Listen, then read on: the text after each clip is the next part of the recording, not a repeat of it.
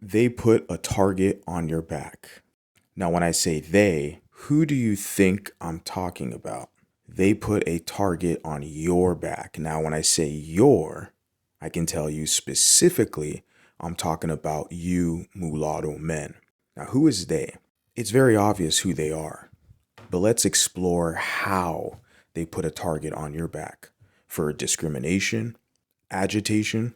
So, what it is ultimately is they signal to other groups that they don't have your back, that it's okay to dismiss them, it's okay to discriminate against them.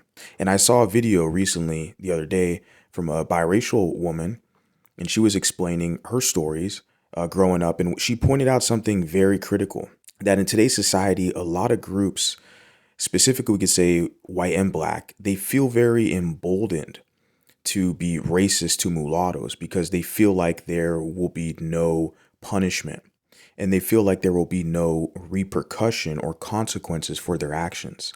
A lot of black people will see the white in us, mulattoes, and they'll attack us, trying to attack the whiteness in us because they're too scared to attack the white people directly. Same exact thing goes for white people. They will attack mulattoes because they're attacking the black in us because they're too scared to attack the black people directly, especially in this environment, this climate where things are hypersensitive and hyper racialized. A lot of whites want to protect their image of being these, stewards of diplomacy around the world and religion and all this other fake stuff. So they still want to present themselves as being extremely diplomatic. So they don't want to give it off that they're targeting racial groups when there's a long history of that around the planet, right? So how they get away with it, like attacking black people, is they'll oftentimes attack mulattoes, right? Because if they attack black people, which they do, and vice versa, black people attack white people, that happens, right? But what I'm saying is what doesn't get reported and what goes overseen very often is white people attacking mulattoes or just discriminating against mulattoes, trying to attack the blackness in that mulatto, because they'll make it too obvious if they just attack the black person and they know black people have a community. They galvanize around their dark skin and their features and attributes. So, and they have more numbers. So that word will get out. If a white person discriminates against a black person, you see it all over social media. People get fired from their job, etc. They even get harassed or attacked, or there's like payback. So that's why there's a lot of fear that white people have with just directly attacking a black person. So they'll try to attack a black person through a mulatto. And they feel like they can get away with it because mulattoes do not advocate for themselves and their own autonomy until now. But we still have a lot of work to do. And that's the thing. It really goes unnoticed. A lot of this anti-mulatto stuff and how these other groups, they specifically white and black, how they'll attack each other, but through us. And they're able to get away with it because we do not galvanize and organize effectively. So when I say they put a target on your back, I'm primarily speaking about the African American community, which you guys already know. And I'm not saying all, I'm not an absolutist, I never say all, but I'm saying there is a growing phenomenon. It's been happening over a past decade of this anti-mulatto hysteria within the African American community, with social media and the promulgation of Afrocentric philosophies and rhetoric. They've been spreading a lot of anti-mulatto conspiracy theories. And they have light skinned diss tracks, these hip hop artists like the rapper Daylight, the other rapper, Chief Keef, I believe his name is. And then you just recently have this guy, Kendrick Lamar. He says, they are not like us. They not like us. He's talking they. Who's they? He's talking about biracial men, mulatto men. And he's signaling with that song, subliminal messages. He's signaling with that song, it's okay to discriminate against the light-skinned mulatto men. But they're not talking about the women. They're not openly discriminating against light-skinned or mixed-race women, because that's Black American women's job. They have all the whole colorism argument. That's their lane. And featureism, texturism, that's their kind of soft, innocuous, academic, quote unquote, method to attack mulatto women, right?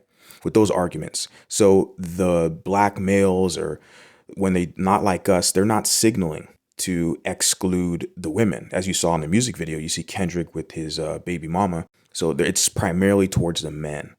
And so when I say they put a target on their back, talking about that specifically, a large portion of the males in that group, they're putting a target on the back of mulatto men.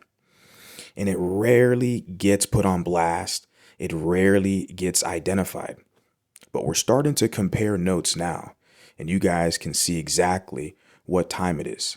And what it comes down to is because of the current state within the dark skin hip hop community, the dark skin hip hop culture, which is pro dark skin male.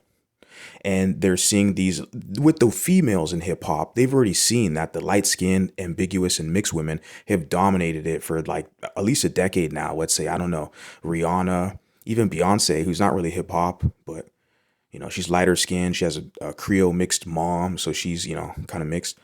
And then you have like the other lady, Cardi B, Ice Spice. So they know the women have kind of already took over hip hop, or in the female lane, but in the male lane, it has been mulatto men. One guy specifically, Drake. That's why they're really trying to tear him down. They're really, even you got these podcaster named Ebro, like, who's a nobody podcaster. He's referred to Drake as like a cancer in hip hop.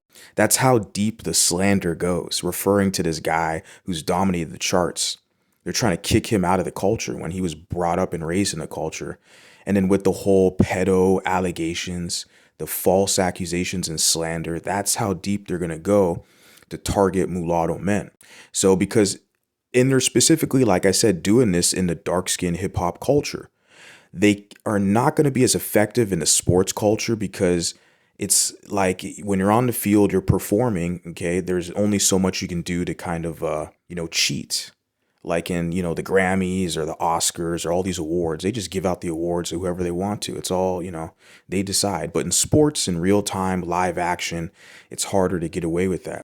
And so, and they see like how the mulattoes dominate sports. Mulattoes dominate sports all across, like the quarterbacks in the NFL, the basketball, where a lot of dark-skinned males are getting jealous. They're calling it the National Biracial Association. They've been trying to slander this guy, Steph Curry, for years, right? Clowning him for his skin color. And a lot of you guys find that, oh, it's just jokes, it's acceptable, right? But it's like, isn't that purely colorist, racist rhetoric? Not enough people call it out. That's the thing I'm starting to witness now, even coming to this conclusion, talking about this material. Why isn't there much pushback on these people when it's clearly biased, anti-mulatto, anti-light skin racism and bigotry? And people just say, oh, just get over it. It's a joke. No, no, no. We're going to be telling you the same thing. You get over it. It's just a joke. But hip hop is their last bastion of hope for dark skin dominance and masculinity in the United States of America within the kind of pop cultural realm. This is why they went so hard in the paint to be anti-Drake. Because Drake, whatever, regardless of what you think, he represents light skin and biracial men on the global stage in hip hop culture. I didn't make the rules. I don't agree that it should be that way. It's not my opinion, but that's just what it is when you look at the evidence. And they're using Kendrick Lamar, this short, dark-skinned guy who's a pro-whack, kind of fake, woke, conscious industry gimmick. They're using him as a proxy to represent dark-skinned males, dark-skinned masculinity, right? That's the best guy they could pick. They thought that they could prop up to beat Drake. So, like I said, in the sports world, they can't even rock with this because mulattoes are already dominating sports. Hip hop is their last bastion of hope in popular culture for dark-skinned male masculinity. And even within the hip hop, they're, like I said, with Ebro calling, referring to Drake as like a cancer in hip hop. And they had this whole like fake psyop talking about the elimination of Drake. Like they just went so deep, the false allegation, the smears, and they really went hard. But what this is all about, okay, talking about Drake and Kendrick and Steph Curry, all this stuff, music industry, is they're putting a target on your back. So all these other groups, these other males and men of these other groups look at you as fair game. They're like, you're not a protected class. They're looking at you like, well, wait a second, the African Americans, the blacks, they're signaling to everybody that you guys are on your own. You mulattoes, you light skins, they're kicking you out of the tribe. So now they view you as being tribeless. They look at you as easy prey now. This is why the discrimination against mulattoes is on the rise. And ultimately, and this is what I've been seeing, is because of these people and the subliminal messages, the signals, and just outright slander that they're spreading towards you. And these other groups, these other races, Hispanics, Mexicans, they're all watching this stuff. They're all keeping tabs in social media, the culture war with hip hop and sports. Everyone, they're watching it. And they're all getting the signal from African Americans. It's okay to discriminate against these group of people. The males, I specifically, because the females are protected if they attach themselves to a dark-skinned male. That's the unwritten agreement that they have that a lot of people are not talking about. They do have this agreement in their community. In all of this slander and defamation of character and putting a target on your back as a mulatto man, what this is all meant to do is to tarnish your credibility in society, make you look weak, right? Make you look, like I said, appear to be tribeless, even if you do have a tribe, and to destroy your sexual marketplace value, to devalue you.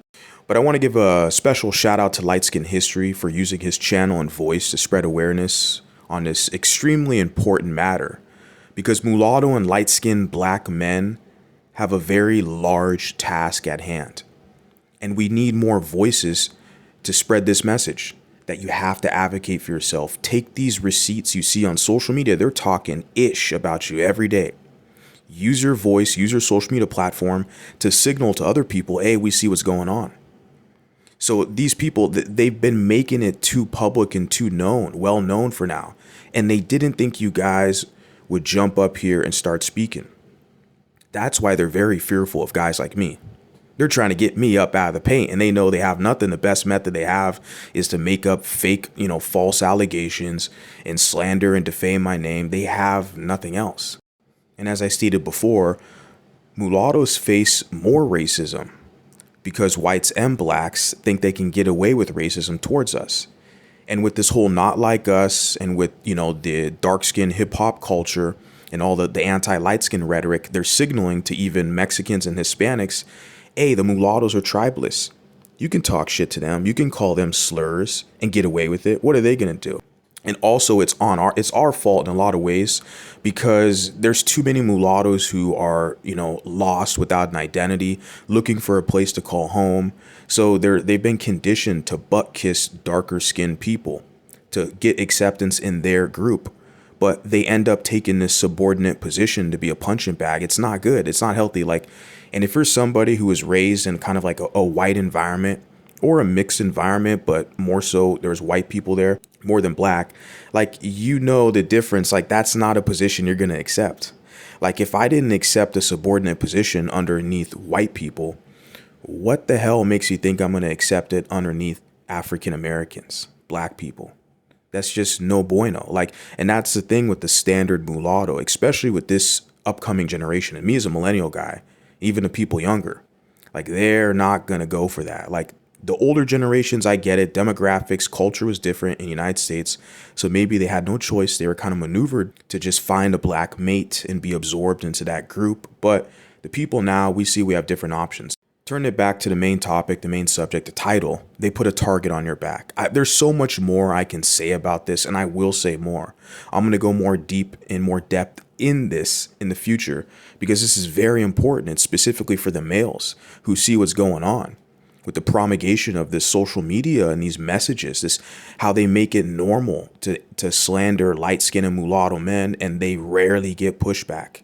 And how both groups, black and white, I'm not saying all, but a lot of them, they collude with each other to work against us and to tarnish our value. And they rarely get checked. We have to start putting this stuff on notice now. Guys, post a comment. Tell me what you think. Talk to you next time.